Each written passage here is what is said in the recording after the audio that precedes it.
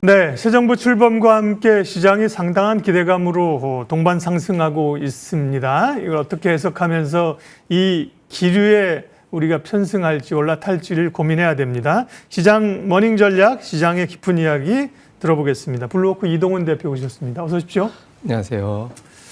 지난 4월 9일 날 코스피 저점이 2284입니다. 2284인데 지금은 2818입니다. 예. 자리가 뭐가 좀 바뀌는 듯한 상당한 변화가 있었는데요. 새 정부 출범에 대한 기대감들 이틀간 강세인데 이런 기대감이 상승세가 어디까지 갈 것인가? 적어도 단기적으로는 거죠. 예. 어디까지 언제까지 갈 것이냐가 궁금한데요. 이 대표님 어떻게 보세요? 예, 일단 상당히 좀 이례적이긴 반응이긴 합니다. 이례적으로 움직이고 있는 거로 보여지는데, 그러니까 최근에 대통령 취임일에 지수가 플러스 난 사례가 거의 없었거든요. 예. 그러니까 이명박 대통령 때 제외하고는 플러스 난 적도 없었는데 어제 같은 경우는 상당히 강하게 올라갔고 또 오늘 이틀 연속 올라가고 있는데, 어제 이렇게 해외 쪽에서 나오는 뭐 아시아 시황이나 미국 시황을 쭉 보면 한국 이야기가 꼭 들어갑니다. 네. 그러니까 한국이 아시아 증시를 견인해 나갔다 뭐 이런 표현들이 계속 나오고 있거든요. 그래서 뭐 대통령이 이제 코스피 5,000 시대 열겠다 이런 이야기를 한 것도 있었고, 또 실제로 지난달에 지수 관련된 ETF를 또 실제로 매수하는 걸 동영상으로 보여줬었잖아요. 네. 그러니까 지수에 대한 어떤 의지, 뭐 지수 부양에 대한 의지 이런 것들도 관심이 좀 있는 걸로 보여지고, 그리고 이제 또 한 가지 시장에서 주목하는 거는 아마도 이번에는 이제 MSCI 선진국 지수 편입하기 위한 여러 가지 그림이 좀 그려지지 않겠느냐. 그렇게 되면 지금 위치는 여전히 좀 싸다라는 인식을 또 가지고 있는 것 같습니다. 그리고 뭐 상법 개정이라든가 이런 부양책들도 이제 구체적으로 추진되고 그게 또 속도전을 낼 것으로 보여지기 때문에 시장에서는 그동안에 좀 복잡했던 것이 정돈되는 과정에서 우리 지수가 일단 이제 빠졌던 걸 회복시켜 놓고 그 다음에 좀 추이 보면서 다시 움직여야겠다 이렇게 봐서 2,800포인트 언저리까지는 좀 가파르게 올라오지만 이 근처에서는 좀 매물 소화를 하고 그 다음에 재차 좀 상승 시도하는 그런 그림이 나올 것 같습니다.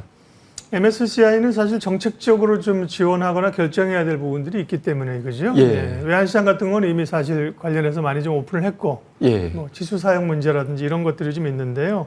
MSCI 선진지수 편입 기대감도 있고, 아까 역대 대통령 취임일 상승률 보면 물론 이제 하루가 중요한 건 아닌데 뭐 의외로 사실은 당일날 빠진 날이 많았네, 그죠? 의외예요. 그 미리 좀 반영돼서 그 재료 노출되는 측면이 좀 있다라고 봐야 되고요. 그리고 또 우리가 하나 특이하게 봐야 되는 게 뭐가 있냐면 전임에서 조금 어려운 여건을 받은 정부의 지수가 강했습니다. 예를 들어서 뭐 IMF 외환위기, 뭐 카드 대란이라든가 아니면 탄핵이라든가 이런 국면을 물려받은 쪽 증시가 상당히 강했고 그게 역대 우리나라 증시 상승률 빅3였거든요. 그래서 이번도 좀 비슷하게 가지 않을까 이런 기대감도 있는 것 같습니다. 네.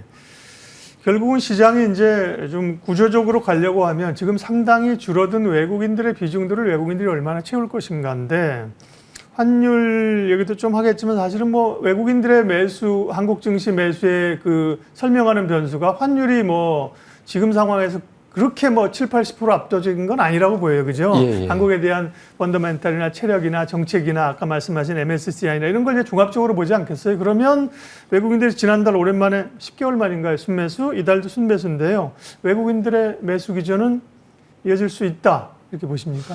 예, 뭐 두 가지 측면을 봐야 되는데 우선 대외적인 환경부터 보면 최근에 제가 지난주인가 이제 봤던 기사 중에 이런 게 있었습니다. 그러니까 외신에서 본 건데 글로벌 헤지 펀드들이 전 세계 주식을 5월 들어서 갑자기 많이 매수했다. 네. 그런데 그 중심에 기술주가 있다더라 이런 기사였거든요. 근데 생각해 보니까 엔비디아 주가가 올라가고 우리나라 SK하이닉스 매수가 5월부터 꾸준하게 유입이 됐었거든요. 그래서 그런 기류가 좀 있었던 것 같습니다. 그러니까 우리나라뿐만 아니라 전 세계 주식을 좀 사자라는 기류가 있었던 것 같고, 또 하나는 이제 우리나라 같은 경우는 전 세계 어느 국가들 중에서도 가장 빠르게 재정 정책과 통화 정책이 동시에 가동되는 나라거든요.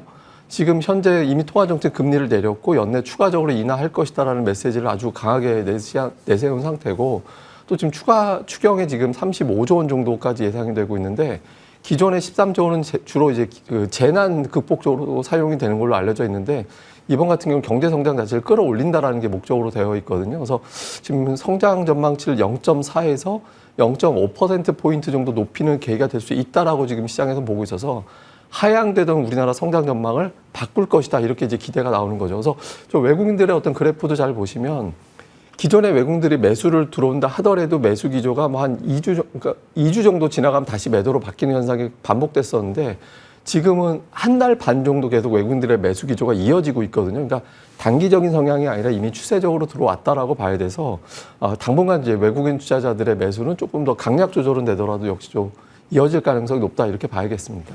네, 이제 중요한 건 지금은 뭐 시장에 대한 이전처럼 뭐 급락하거나 이런 것보다 숨고르긴 있을 수 있겠지만 섹터와 업종 종목에 대한 게 훨씬 더 궁금하실 거예요. 크게 보면 기존에 잘 갔던 업종이 더 가느냐 아니면 반대편 쪽이 올라오느냐인데 기존에 잘 갔던 것은 조선, 방산, 최근에 원전, 전력기기 이런 쪽이잖아요. 예.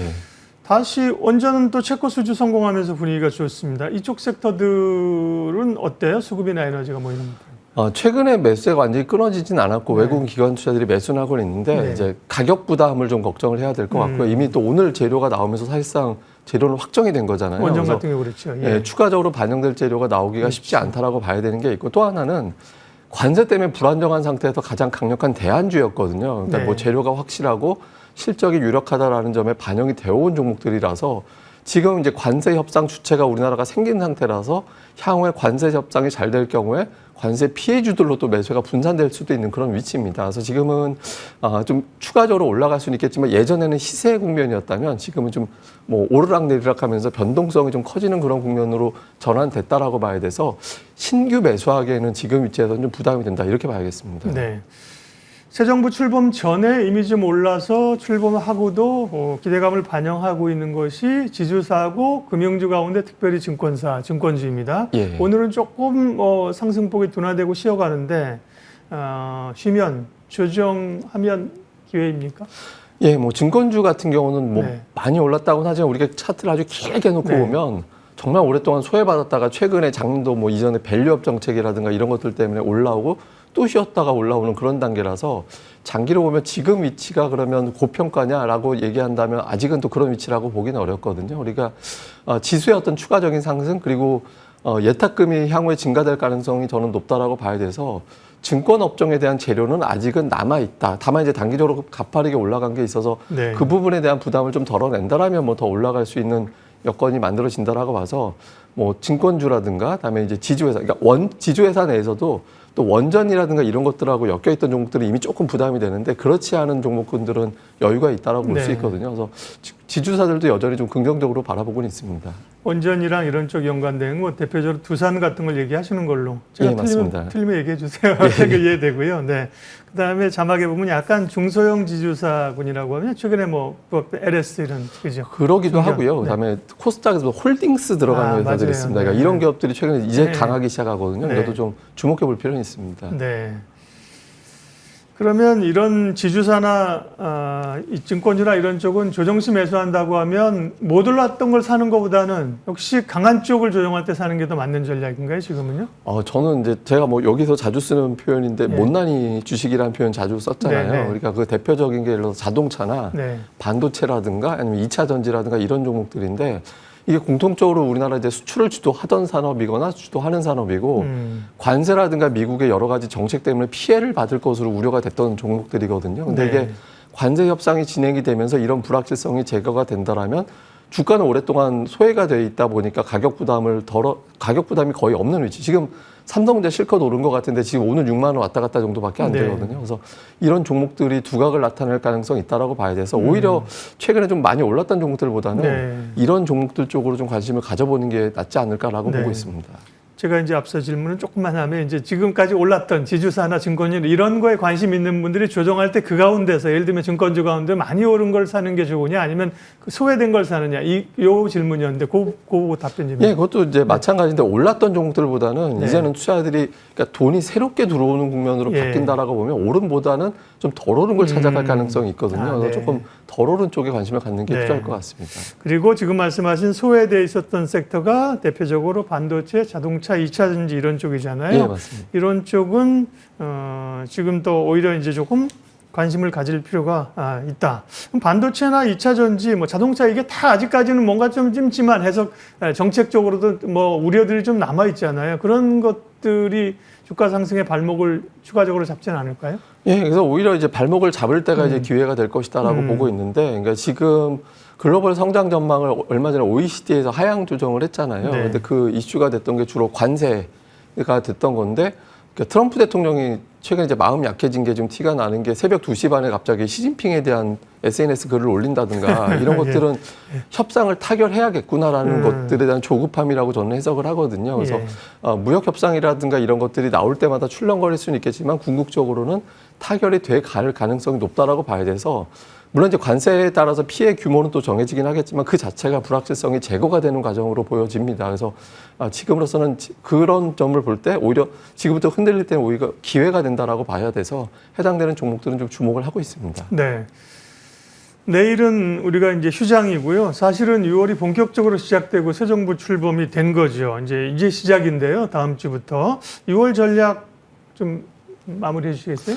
예, 뭐 아무래도 이제 큰 폭으로 올랐기 때문에 그러니까 지수가 저점 대비 좀 500포인트가 넘게 올랐거든요. 네, 그러니까 전 세계적으로도 좀 이례적으로 많이 올라온 상태라서 네. 여기에 대한 자연스러운 매물 정도는 나올 가능성이 있다라고 보여집니다. 근데 외국인 투자자들의 매수라든가 이런 것들을 감안해 본다라면 뭐 재차 올라갈 가능성이 높은데, 그러니까 지금부터는 저는 근데 제가 보기에는 차별화 장세가 되게 심할 것 같습니다. 그러니까 이제 이전까지는 뭐 이제 낙폭과대에서 올라올 때는 대부분의 종목이 플러스가 나는데 지수 자체가 올라가는 강세장의 특징은 주도주와 비주도주 간의 격차가 상당히 많이 나는 게 강세장의 특징이거든요. 그래서 지금은 이제 외국인 투자자들과 기관 투자자들이 주도하는 대형주 그리고 그 주변주들이 골라서 올라가는 장이기 때문에 아까 말씀드린 대로 뭐 지주회사라든가 증권주 같이 지수 따라 움직이는 종목군들, 그다음에 관세 여파로 피해를 입었던 종목군들 이런 쪽으로 좀 압축을 해서 선별적으로 접근해 나가는 게 조금 더 유리할 것 같습니다. 네. 그러면 어쨌든 지금도 최근의 흐름들은 이제 코스닥보다는 코스피가 대형주 흐름이 좋거든요. 예. 이렇게 되면 상대적으로 코스피 쪽에 있는 쪽이 좋습니까? 코스닥 쪽에 있는 뭐 바이오나 뭐 2차전지, 뭐 소재나 IT 이런 쪽보다는 대형주 중심으로. 근데 이제 지금 지수 위치가 코스피는 약간 좀 과열기도 좀 있거든요. 지수가 워낙 또 가파르게 올라가면서. 근데 코스닥은 아직 연고점하고도 거리가 좀 있고, 그리고 이제 지표상으로도 과매수권하고 상당히 동떨어져 있는 그런 위치라서 지금부터는 오히려 이제 코스닥에서 좀 덜 올랐던 종목군들, 아까 이제 말씀드린 2차 전지라든가 반도체라든가 이런 종목들은 좀 주목을 해보시는 것도 좋겠습니다. 네. 항상 이제 균형감 있는 이동훈 대표의 시각과 스타일입니다. 시장 흐름 같으면 가는 쪽을 어디까지 모르지만 갈 때까지 가봅시다 이런 스타일이 있을 수 있는데 이동훈 대표님 시장에서 항상 다리 차면 기울기 마련이고 그중에서 또 좀 못 올랐던 섹터 이런 쪽으로 보시는 거니까요. 네, 맞습니다. 그렇게 전략을 마무리하도록 하겠습니다. 블루오크 이동훈 대표님 함께했습니다. 고맙습니다. 지수하고요 수급하고 좀 체크를 하죠. 네.